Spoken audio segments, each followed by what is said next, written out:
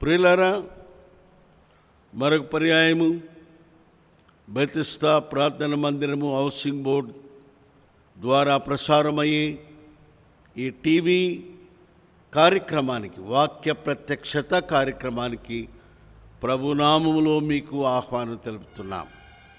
ఈ దినాలు good Friday దినాలు. మరి ఈ దినం 17వ తారీఖు అవుతుంది. రేపు 18 శుభ శుక్రవారం. మరి దీని గురించి మరి ముందు గురువారం కూడా, అంటే 10వ తారీఖు కూడా శిలువ ధ్యానాన్ని గురించిన ఒక తలంపుతో మనం వాక్యాన్ని విన్నాం. ఇప్పుడు 2వ తలంపు మనం వింటున్నాం.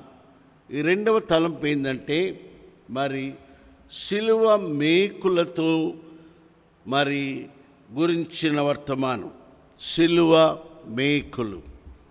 మరి ప్రియులారా, గమనించండి, మేకులతో యేసు ప్రభు శిలువకు కొట్టబడ్డాడు అనే విషయాన్ని లేఖనాలలో 3 ద్వారా మనం తెలుసుకుంటాం.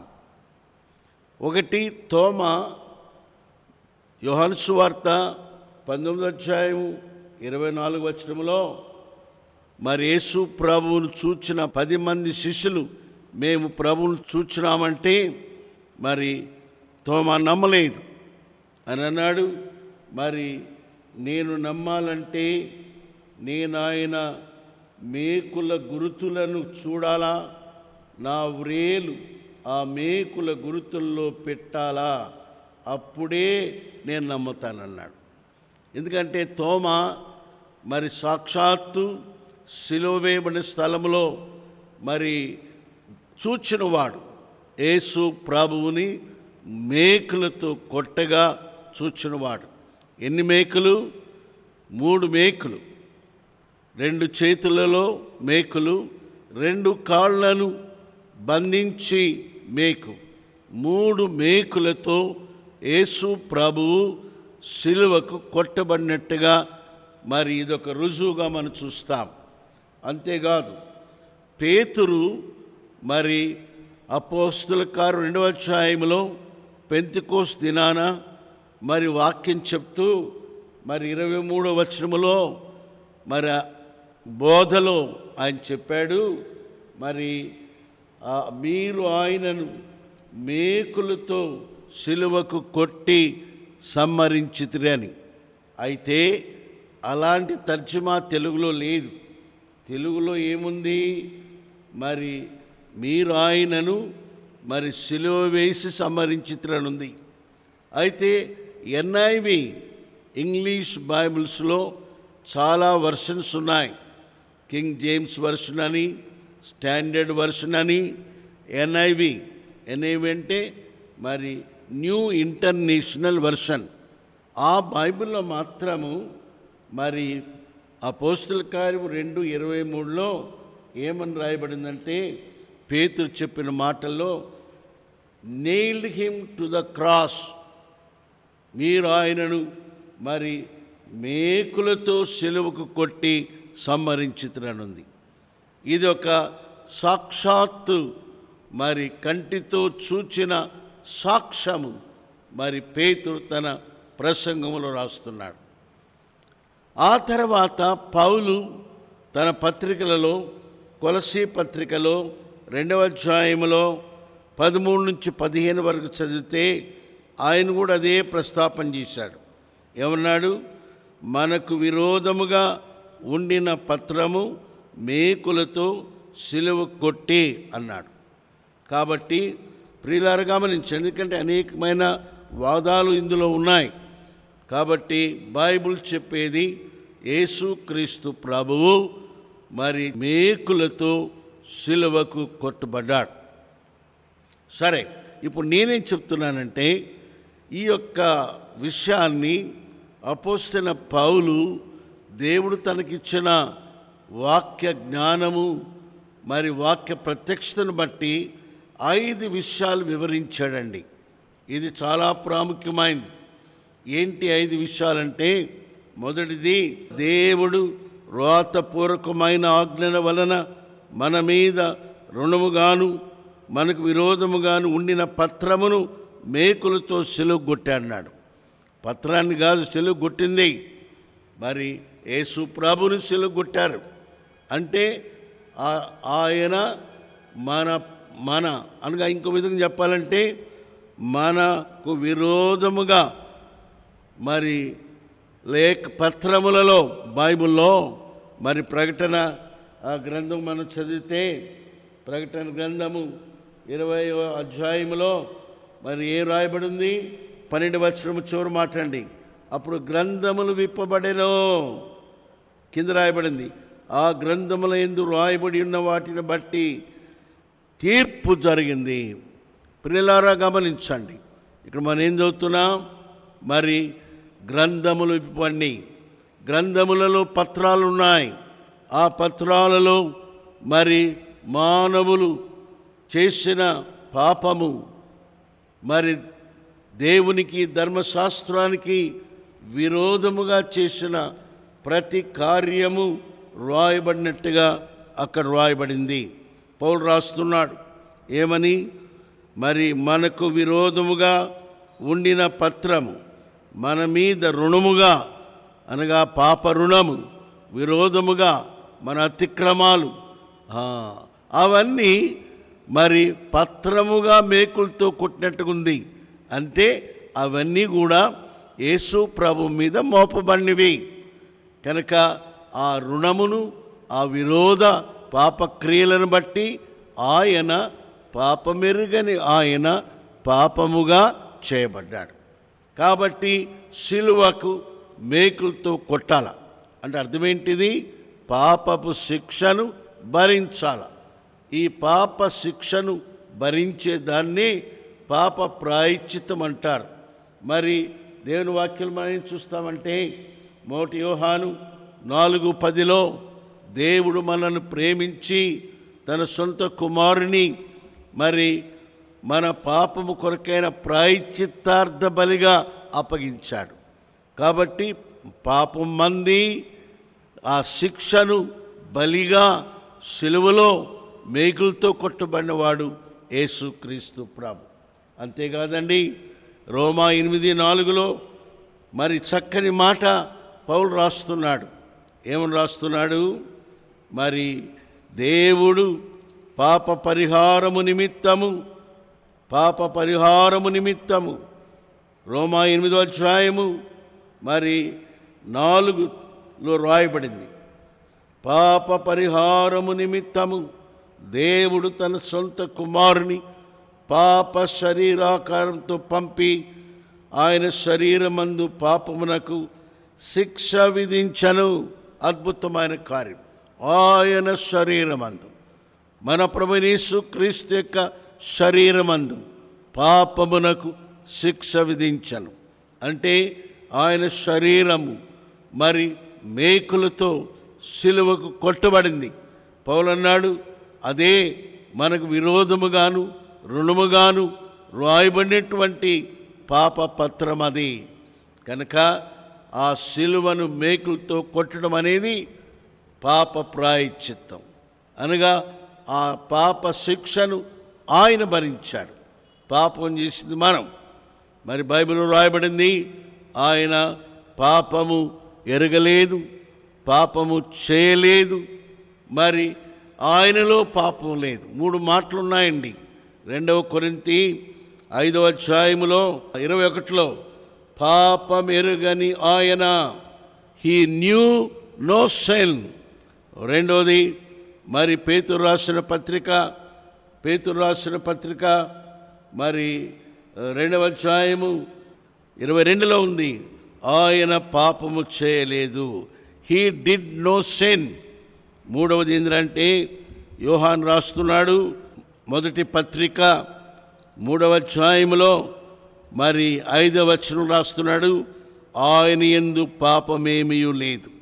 In him there is no sin. ప్రియులారా, ప్రతి క్రైస్తవుడు ఈ 3 వచనాలను గుర్తుపెట్టుకోవాలి. మొదటి వచనము మరి కొరింథీయులకు రాసిన పత్రిక 5వ అధ్యాయము 21వ వచనములో ఏముంది? అక్కడ పాపమెరుగని ఆయన, ఇంగ్లీష్లో హీ న్యూ నో సిన్. మరి రెండవది ఏంటి?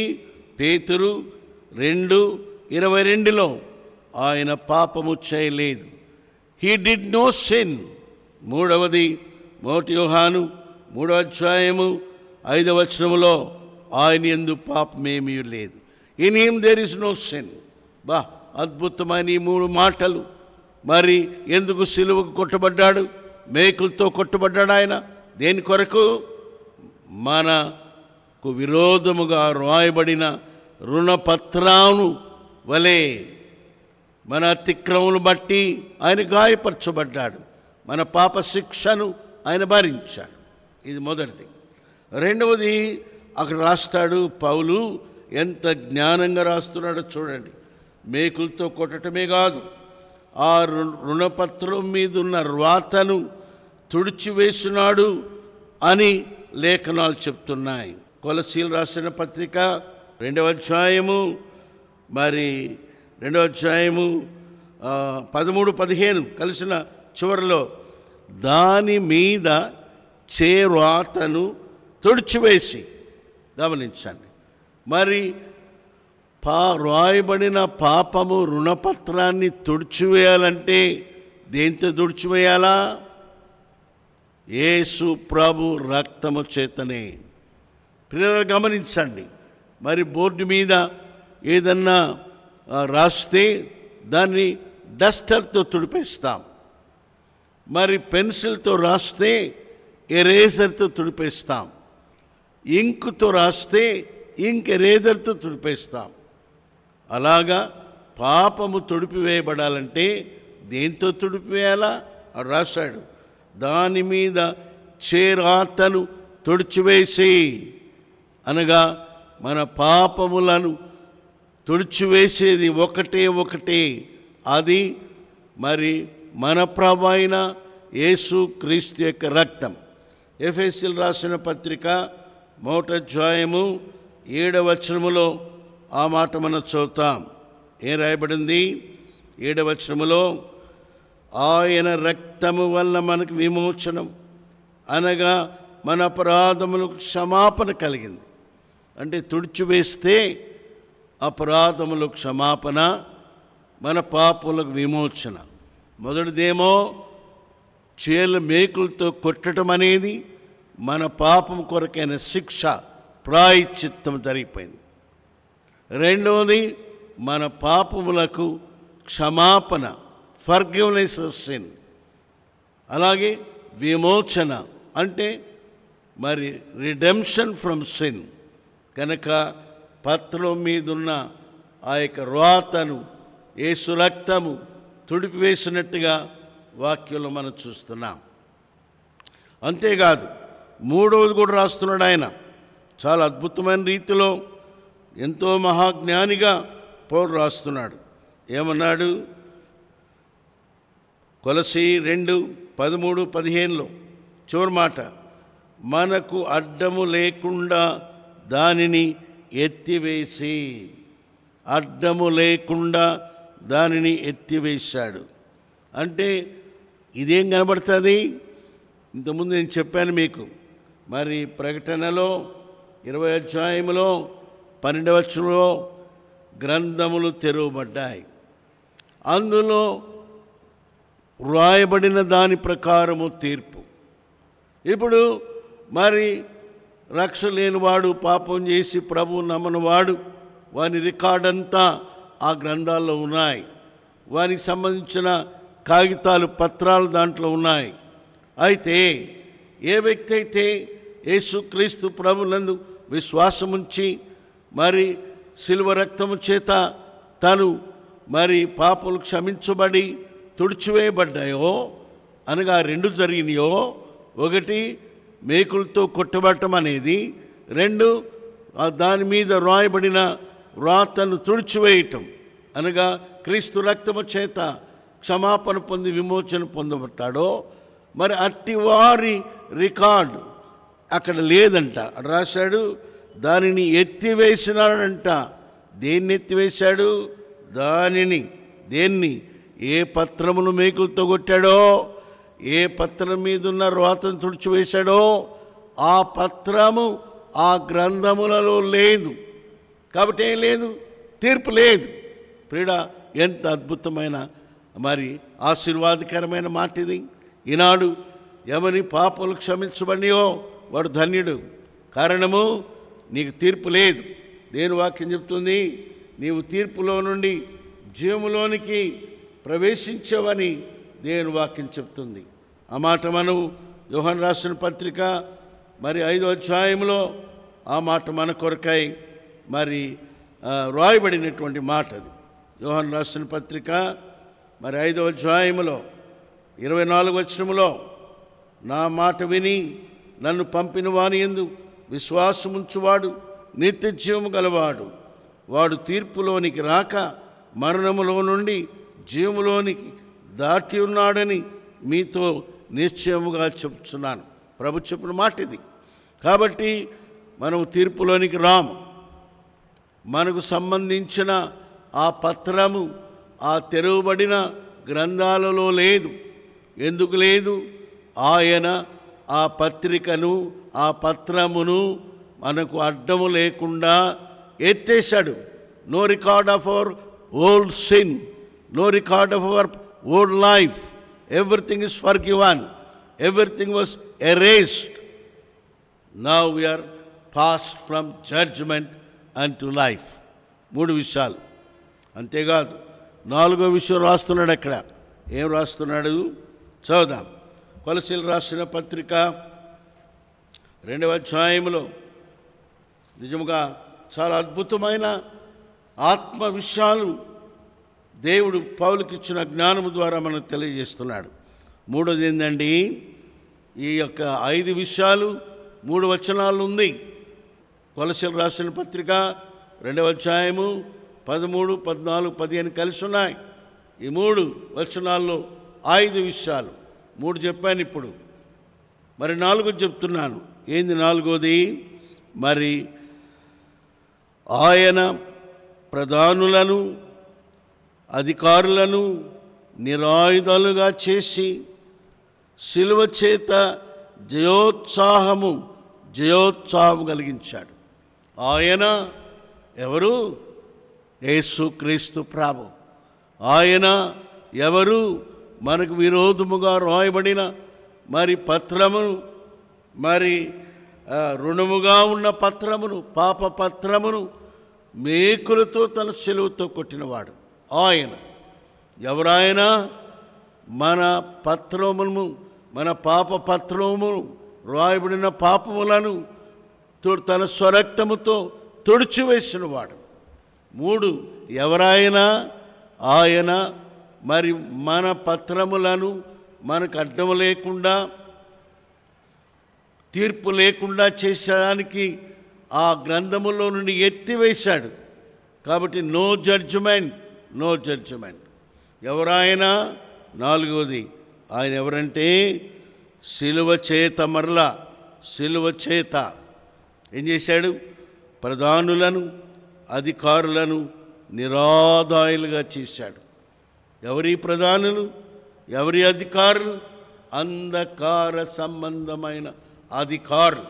ఈ మాట ఎఫెసీ రాసిన పత్రిక 2వ అధ్యాయములో 2వ వచనములో, వాయుమండల సంబంధమైన అధిపతి. ఆ ఎవరు అధిపతి? మరి ప్రపంచ ధర్మము చొప్పున మనలను నడిపించిన అధిపతి, మనలను వాటి కొరకు మరి పాపము కొరకు ప్రేరేపించిన శక్తి వీళ్ళన్నమాట. The power and principal authorities of the evil spirit. అపవాది, వాని యొక్క అనుచరులు, వాని శక్తి, మరి వీటన్నింటినీ ఆయన ఏం చేశాడు? నిరాదాయులుగా చేశాడు, నిరాయుధులుగా చేశాడు. అనగా మనతో పోరాడేది. మరి యాకోబన్న పేతురున్నాడు కదా, మరి మీ విరోధి అయిన అపవాది అని పేతురు అన్నాడండి. చదువుతున్న మాట కూడా 1 పేతురు 5వ అధ్యాయంలో మరి 8వ వచనములో 2వ లైన్లో, మీ విరోధి అయిన అపవాది గర్జించు సింహముల ఉన్నాడు. ఇప్పుడు అపవాది. అంతేకాదు మరి ఎఫెసీ రాసిన పత్రిక మరి 6వ అధ్యాయంలో ఆయన అన్నాడు, సర్వాంగ కవచమును 6లో మరి 11వ వచనంలో మీరు అపవాది తంత్రములను లేక ప్రధానులను అధికారులను ఎదిరించున్నట్లు మరి దేవుడిచ్చు సర్వాంగ కవచం ధరించుకోండి. బాగా గమనించండి, అనగా భూలోకంలో మనం ఉన్నాం. మన విరోధి అపవాది, వాడు ఎవరిని మింగుదా అని తెలుస్తున్నాడు. ఎవరి మీద అగ్ని లాంటి బాణములు వేయాలా, శోధించాలా, నిరుత్సాహపరచాలా, కృంగుదల తీసుకురావాలా, వానికి అపజయం కలిగించాలని ఉన్నాడు. యేసు ప్రభు 2 చేశాడండి. 1, వాని ఆయుధములన్నింటినీ తీసివేశాడు. రాయబడినటువంటి మాట ప్రకారం నిరాయుధాలుగా మరి చేశాడు. కొలసి రాసిన పత్రిక 2వ అధ్యాయము 15వ వచనంలో 13-15లో నిరాయుధులనుగా చేశాడు. ఆయుధాలు లేవానికి, ఆయుధాలు లేవు. వాడు ఆయుధాలు లేనిటువంటి అపవాదిగా శత్రువుగా చేశాడు. He has no weapons. అంతేకాదండి, మరి ఆయన ఏం చేశాడు, మనలను సర్వాంగ కవచం ఇచ్చాడు, మనకిచ్చాడు ఆయుధాలు వాణ్ణి జయించడానికి. కాబట్టి నాడు 2 విధాలుగా వాణ్ణి నిరాయుధాలుగా చేశాడు, మనకు సర్వాంగ కవచం ఇచ్చాడు. ఎఫెసీ 6లో మనం చూచాం. వీటిని బట్టి మరి వాణిని మనము జయించాం. రాయబడింది, నిరాయుధాలుగా చేసి శిలువ చేత జయోత్సాహమును కలిగించాడు. ప్రియులారా, మనకు కలిగినటువంటి జయము, victory over Satan, victory over devil, అపవాది, సాతాను, మరి వీటి మీద మనకు విజయం కలిగిందండి.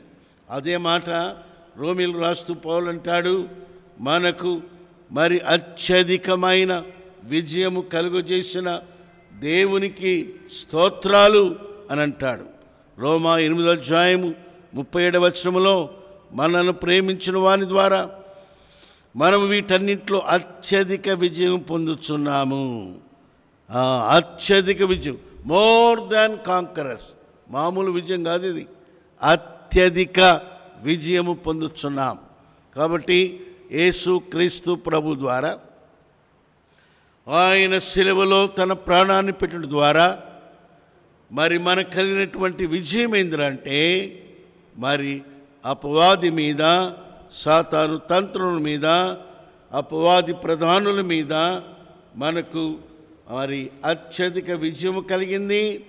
మనము మరి జయోత్సాహముతో, ఎంత అనగా జయం అంటే విక్టరీ, దాని ద్వారా కలిగేది సంతోషము.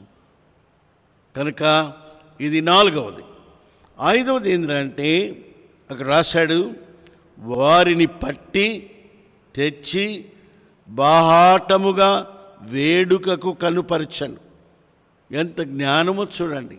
వారిని, ఎవరిని? వారిని, మనలను శోధించి నష్టపరిచి మరి శత్రువుగా ఉన్నటువంటి మరి ఆ యొక్క అంధకార శక్తులను, ఆ ప్రధానులను, ఆ వాని అధికారులను పట్టేశాడు.